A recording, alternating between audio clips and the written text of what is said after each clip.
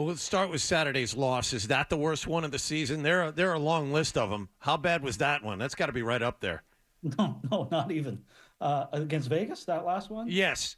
No, that I don't think that was top five bad ones. Like Oh, jeez. there's a lot of bad that Columbus one after the Christmas break, Dallas. No, this one didn't even register. So maybe that just shows how bad Well, things have suffice it to say, it hasn't been good. Boy, oh That's, boy. I mean, that's telling right there, though, that it's Wow. like now, some of these bad losses don't even show up on the radar. They've just become either expected or it's just the latest bad thing to happen. Yeah, it's just like I remember there was an Edmonton game, the 4-0 home game at Edmonton, where it was lifeless, zero heartbeat. And then you look at the Vegas game, you're like, oh, but it wasn't so bad. They only gave up a goal in the last minute. Only a bad goal off the rush, only a horrible bounce through the goalie's glove and across the line. So not so bad. You'll take it. Yeah, it hasn't been good. Do you think that? How do you look back at the firing of and when they fired Jim Montgomery? Where do you stand on that now that we're this far through the season? It had to be done. Just Okay. when you look at the body of record, what was it, 20 games, and first, no solutions from the coach, right? Like bad across the board in terms of power play, penalty kill, 5-on-5, defense, goaltending. There was trouble everywhere. And the coach had chances to correct that, and it wasn't corrected. And then you look at individual performance. How off were Swayman, Pasternak, Coyle? Go down the line, right? Maybe one guy, maybe. Okay, that fourth line was good. Kaslik, Kepke, Beecher, they were good. Hampus Lindholm was good. Other than that, who was? Now, things have been kind of back to water level under Joe. I think the defense has been better. The power play, you see a few signs. The goaltending, Swayman is regressing back to who he is. They've finally found something that Elias Lindholm can perform in terms of a matchup presence with Brad and Charlie Coyle.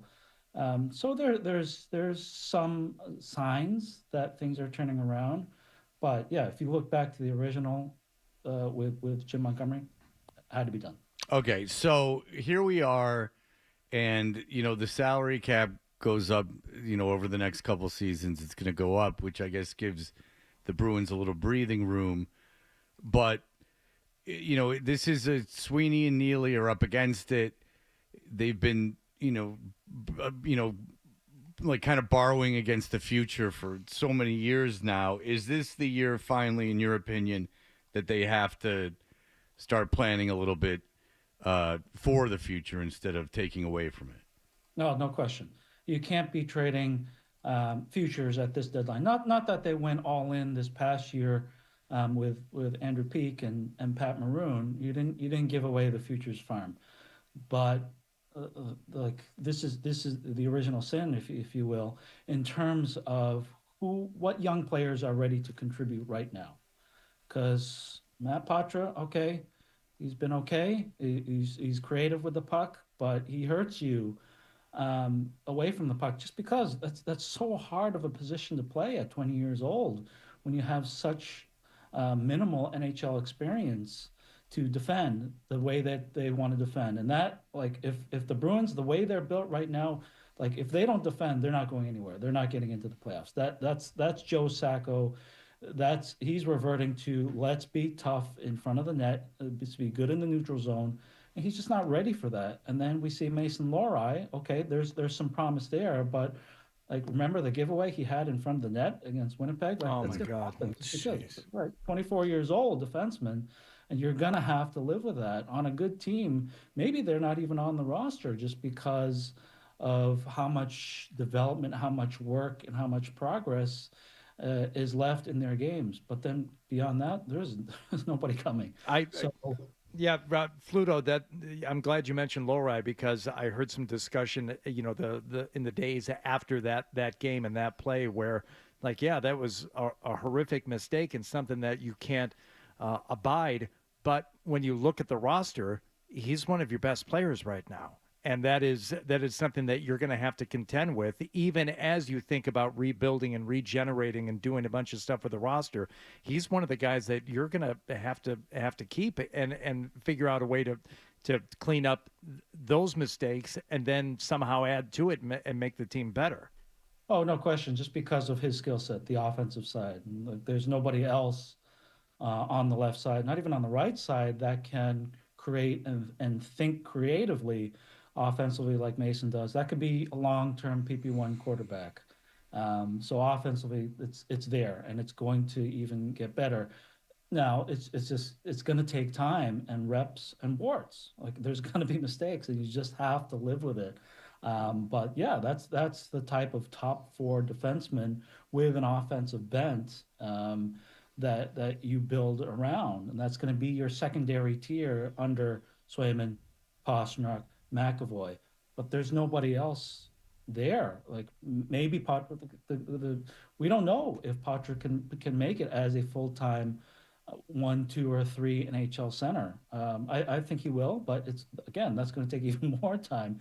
And then after that, like, what are you left with? That is where you traded so many picks, and rightfully so. Like the year they went all in for Orlov, Hathaway, Bertuzzi. You understand why? Because you had a historical team, that you could really reinforce for a championship. And of course, you're going to do that, but you pay a cost.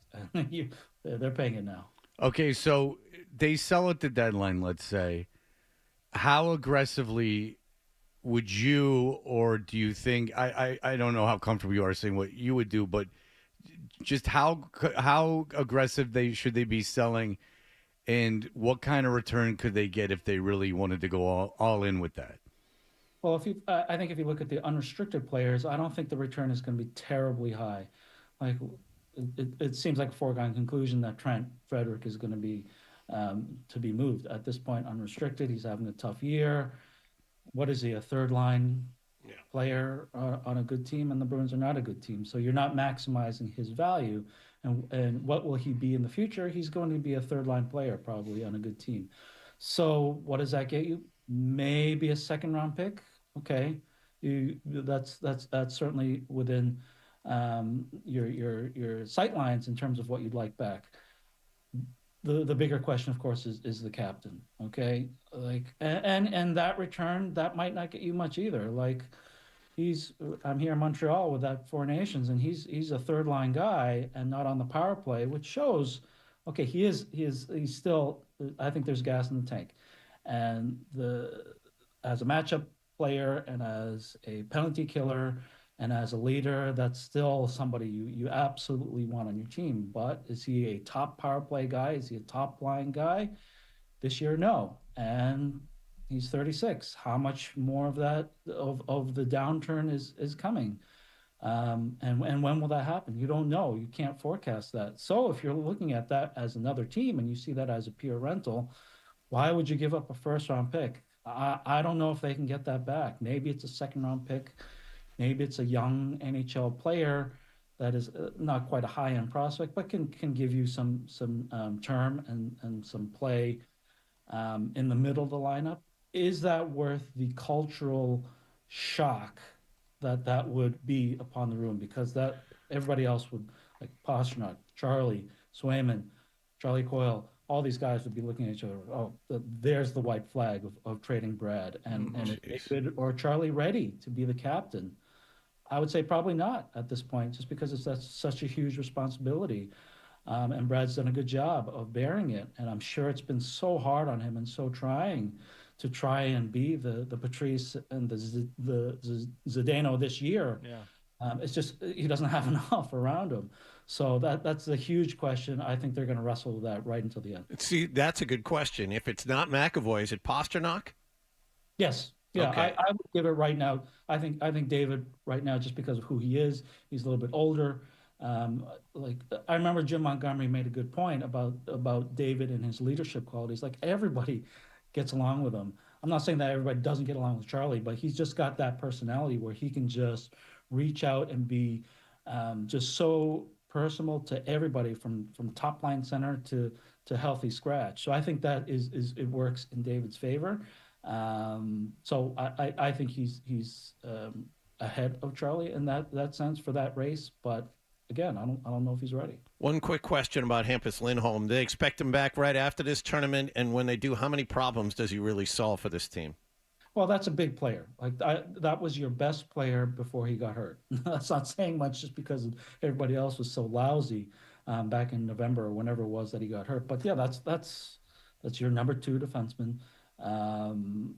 Who knows if you'll see power play time, but definitely PK 5-on-5 shut down. He should make Carlo better because Carlo hasn't been as good this year, and that's been a reliable, consistent pair. So that'll make a difference. And yes, that's been a problem for these last couple months where you haven't had Hampus, and any team would struggle without that kind of impact defenseman. But cry all you want. That's the reality of the NHL. How many other teams are missing key guys? There's a lot. So it's upon the rest of the group to pull in, and it just hasn't been good enough around Hampus.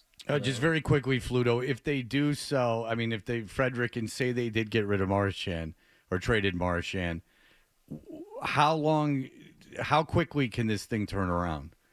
Well, you still have the 3, right? And a lot of teams would like to have that 3 of the goalie, the number 1 right wing, and number 1 defenseman. So that keeps you in the hunt anytime. But again, you're gonna have to make a calculated decision in free agency, because that's the only way, because there's no picks and prospects ready to come up. You're going to have to spend again in free agency. Now you have money with the cap going up, but what did that money do last time with Lindholm and Zadorov? Bust. Yep. So you're going to have to be very judicious in how you spend. Well, the next time we have you on, we can talk about the future of the front office, because those signings are not working out. If you like that clip, check out more videos from Toucher and Hardy here. For more Bruins analysis and opinion, hit this playlist.